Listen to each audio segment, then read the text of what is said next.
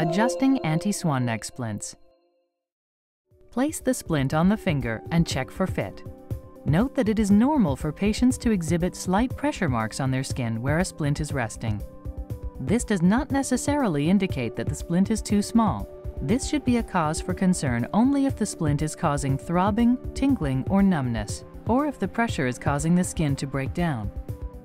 To make adjustments to Anti Swan Neck splints, you will likely need to first remove the tubing.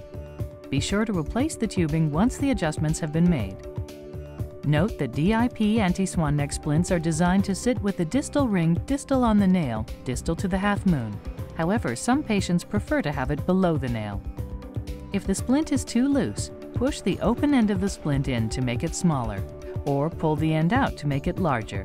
Do this in small increments until you have the correct fit.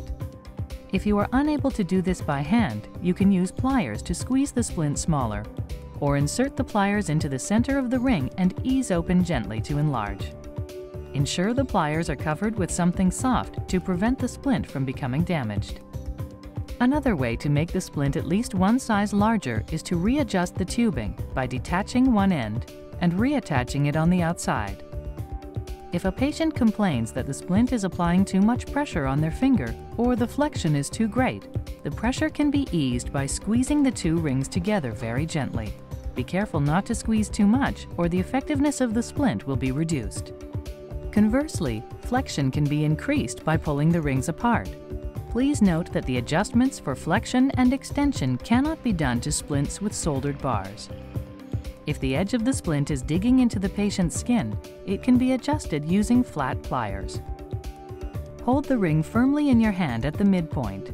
Place the pliers at the center of the ring that is digging into the skin and roll your hand to pull the edge up off the skin. You may need to do this in the center, then the open-ended side, then the opposite side in order to even out the curve. Only small adjustments can be made to Anti Swan Neck splints with sidebars.